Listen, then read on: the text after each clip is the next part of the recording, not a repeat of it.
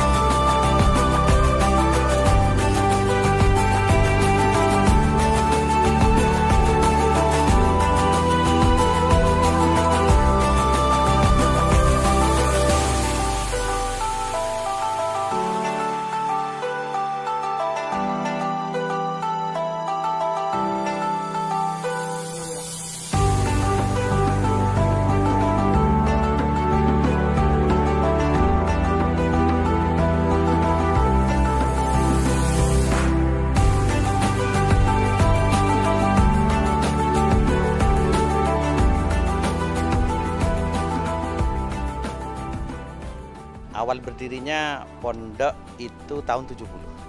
Tahun 70 itu sudah bisa dibilang sudah ada papan nama pondok. Abah saya pengasuh kedua, Mbak.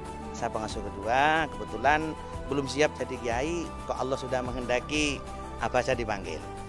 Jadi almarhum abah saya itu pulang dari pondok, itu sejarahnya dituntut oleh pondok, dari kiainya itu tiap hari ada santri yang sowan.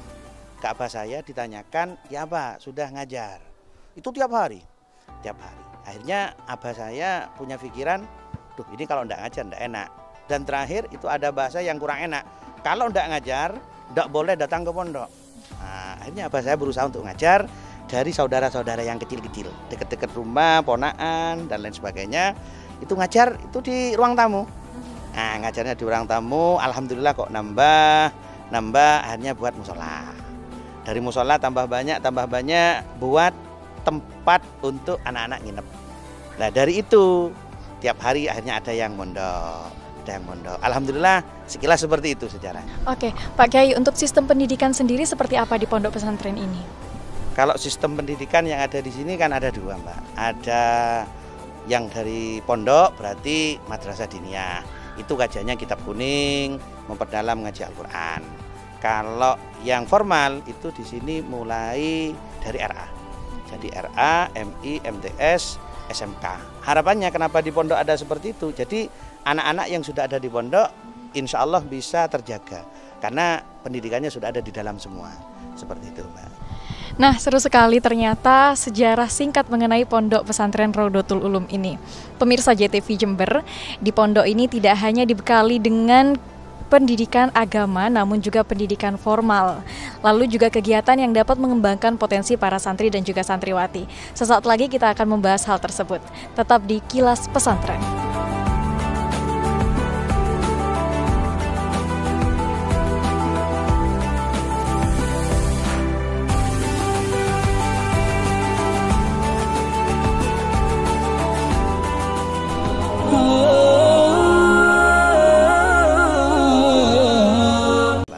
Soalnya di pondok itu tidak terstruktur, cuma fakta dan kenyataan di lapangan harus siap tanding. Jadi di pondok itu ada kegiatan di luar kegiatan yang berhubungan dengan ngaji, itu kegiatan yang sering banyak di masyarakat. Contoh kayak keterampilan, bisa di pertukangan, bisa di pertanian, dan juga yang formal juga banyak mengorbitkan yang berhubungan dengan keadaan zaman. Seperti kayak pembuatan film, terus fotografer, dan lain sebagainya itu juga diajarkan. Biar santri keluar dari pondok siap untuk mengikuti apa yang sudah ada di masyarakat. Seperti itu, Mbak. Untuk tujuannya sendiri apa Pak Kiai diadakannya kegiatan-kegiatan pengembangan potensi diri bagi para santri tersebut? Tujuannya yang pasti santri keluar dari pondok, ya mungkin bahasa kasarnya tidak bingung untuk satu beradaptasi dengan masyarakat, yang kedua di pondok juga menanamkan apa yang nanti di masyarakat ya kasarnya bisa untuk mencari rizki dari pengalaman yang sudah ada di pondok. Seperti itu. Nah, cukup banyak juga kegiatan yang dibekalkan kepada para santri dan juga santriwati untuk siap menghadapi masyarakat nantinya. Pemirsa, pandemi COVID-19 menuntut banyak perubahan yang terjadi dalam sistem pembelajaran dan juga kegiatan santri dan juga santriwati. Kita ingin mengetahui bagaimana penerapan protokol COVID-19 di Pondok Pesantren Raudhatul Ulum ini. Tetap di Kilas Pesantren.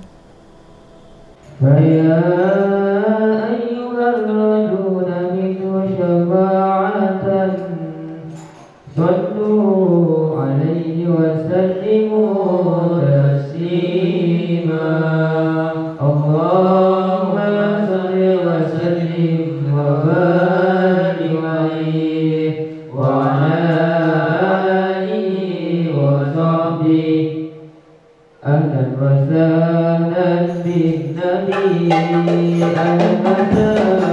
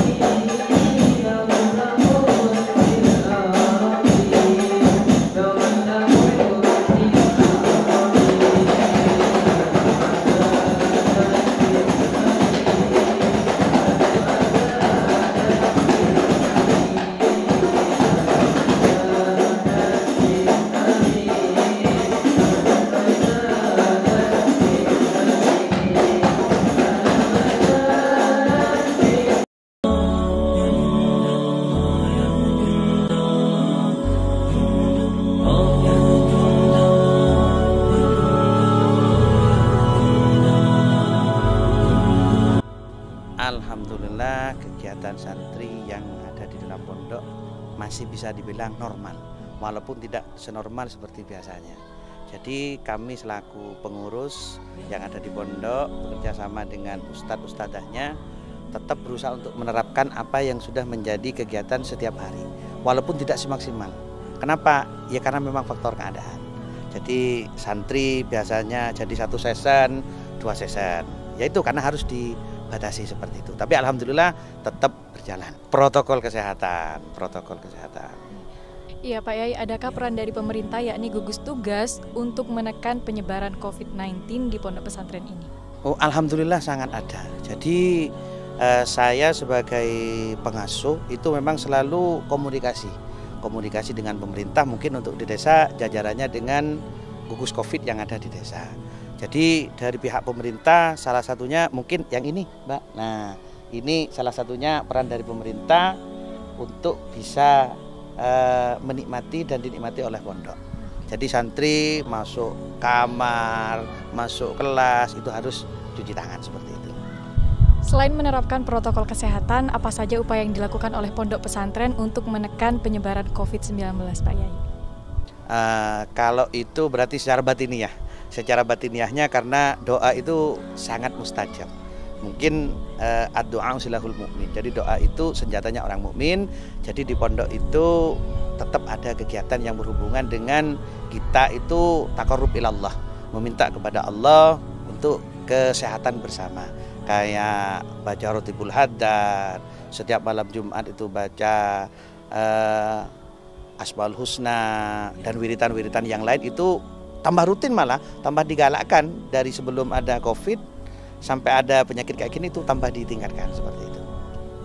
Nah, luar biasa pemirsa, protokol kesehatan sudah diterapkan dengan baik dan benar oleh Pondok Pesantren Rodotul Ulum. Tidak hanya sampai di situ, upaya pencegahan COVID-19 juga dilakukan dengan cara memberikan sosialisasi protokol kesehatan oleh pihak muspika dan juga pengasuh. Seperti yang akan kita ikuti setelah ini. Tetap di Kilas Pesantren. Allahumma salli wa sallim wa barik alaihi wa ala alihi wa sahbihi. Rabbi faj'al mujtama'ana wa husnul khitami. Rabbi faj'al mujtama'ana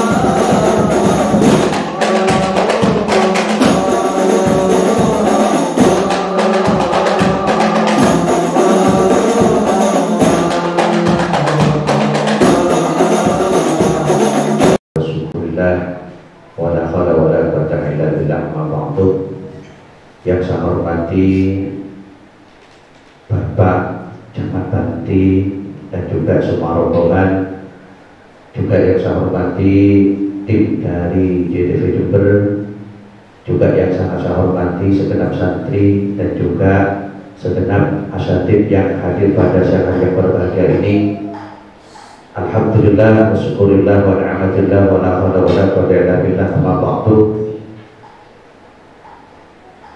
Para hadirin, para santri dan juga para asatidz, kami sangat berterima kasih selaku pengasuh Pondok Pesantren Raudatul Ulum bisa melaksanakan kegiatan belajar mengajar di pondok walaupun dengan keadaan yang mungkin tidak seperti biasanya. Cuma harapan kami semoga kegiatan yang ada di Pondok Raudatul Ulum Kompleks Suci ini menjadi kegiatan yang barokah dan juga diridhai oleh Allah Subhanahu wa taala.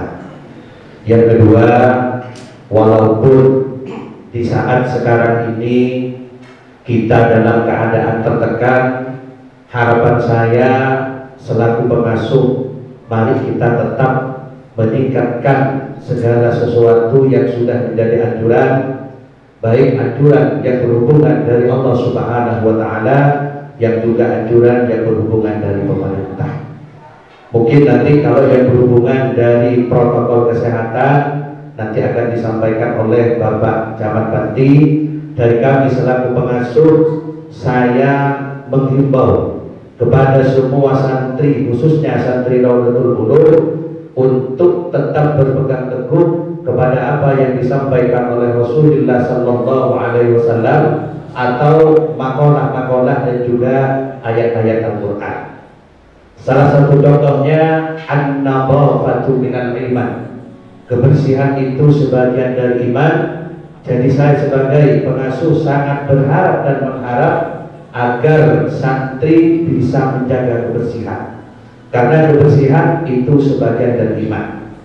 Yang kedua, Allah Subhanahu wa taala berfirman, innallaha yuhibbut tawwabin wa yuhibbul mutatahhirin. Allah sangat senang kepada orang yang ahli ibadah, yang ahli bertobat, dan juga Allah sangat senang kepada orang-orang yang yuhibbul mutatahhirin, senang untuk bersuci. Karena kunci dari kesehatan kita itu tergantung kepada diri kita sendiri. Bersih secara zahir, kita harus mengikuti peraturan-peraturan yang sudah menjadi kewajiban kita untuk mengikuti peraturan protokol kesehatan. Yang kedua, untuk kita bisa menjadi orang yang sehat, kita harus mengikuti perintah dari Allah Subhanahu wa taala, yaitu selalu hidup bersih, hidup rapi, dan juga mengikuti apa yang sudah menjadi peraturan yang ada di Pondok Pesantren Raudatul Ulum Kompleks Suci. Harapannya semua santri sehat, harapannya semua santri bisa belajar seperti biasanya, dan harapan yang terakhir, mohon yang sabar karena tidak sama dengan kegiatan-kegiatan seperti hari-hari yang biasa. Innallaha ma'as-sabirin. Jika kita sabar, insya Allah Allah akan selalu bersama kita. Mungkin cuma ini yang bisa saya sampaikan, walaupun cuma sedikit bisa bermanfaat dan barokah. Akhirul kalam, assalamualaikum warahmatullahi wabarakatuh. Nah, ini kita untuk memutus rantai penyebaran, kemudian penularan, kita wajib selalu membudayakan, mendisiplinkan diri menggunakan masker untuk anak-anakku, khususnya para santriwan santriwati. Kemudian yang kedua, senantiasa sering cuci tangan dari aktivitas apapun, misalnya dari bermain-main, dari mana, selalu sering cuci tangan, jangan lupa. Kemudian selalu jaga jarak. Jangan sampai kita berkerumun, kemudian bergerombol di sana sini, itu tidak dibenarkan. Kenapa? Karena itu satu diantaranya penyebab terjadinya penularan. Karena virus ini tidak kita ketahui, tidak kasat mata. Kalau di sekitar kita ada, kita juga nggak tahu. Sehingga upaya kita untuk bisa menghindari, mencegah penularan, diantaranya kita wajib patuh, taat, dan disiplin terhadap protokol kesehatan yang tadi saya sebutkan. Saya ulang lagi biar paham semua. Yang pertama, selalu menggunakan masker, utamanya keluar dari ruangan. mau ke pasar, mau keluar dari pondok, atau mau jalan-jalan harus wajib selalu pakai masker. Yang kedua, sering mencuci tangan dengan menggunakan sabun. Cuci tangannya kan sudah ada semua di sini ya.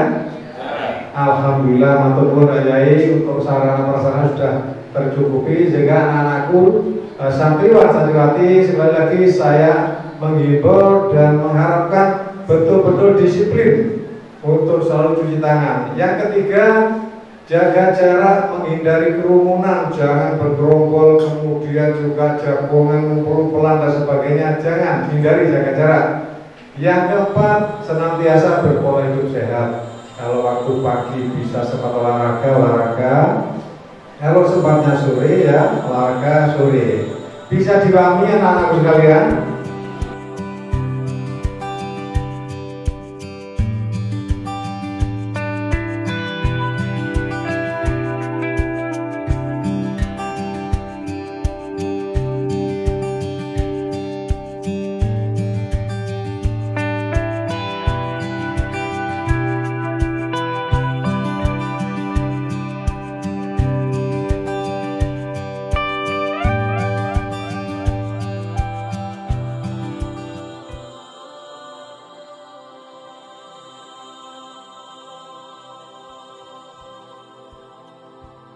Ya, yang pasti di sini saya selaku pengurus untuk santri yang tidak melaksanakan protokol kesehatan, yang pasti disanksi. Ya, seperti contoh itu sanksinya ngaji yasin. Pada waktu ngaji kitab itu sambil berdiri, itu ngaji yasin sebanyak 5 kali. Waktu ngaji kitab untuk sanksi santri yang tidak menerapkan protokol kesehatan. Ya, untuk penerapan protokol di pesantren ini, kalau sebelum ke masjid itu ya cuci tangan dulu ya, dan jaga jarak itu. Nah pemirsa, demikian tadi keseruan saya mengetahui bagaimana sejarah singkat yang ada di Pondok Pesantren Raudhatul Ulum dan juga bagaimana penerapan protokol telah dilakukan secara baik dan benar. Serta tadi sempat melihat bagaimana kegiatan yang dilakukan oleh santri dan juga santriwati. Ikuti terus program Kilas Pesantren. Wassalamualaikum dan sampai jumpa.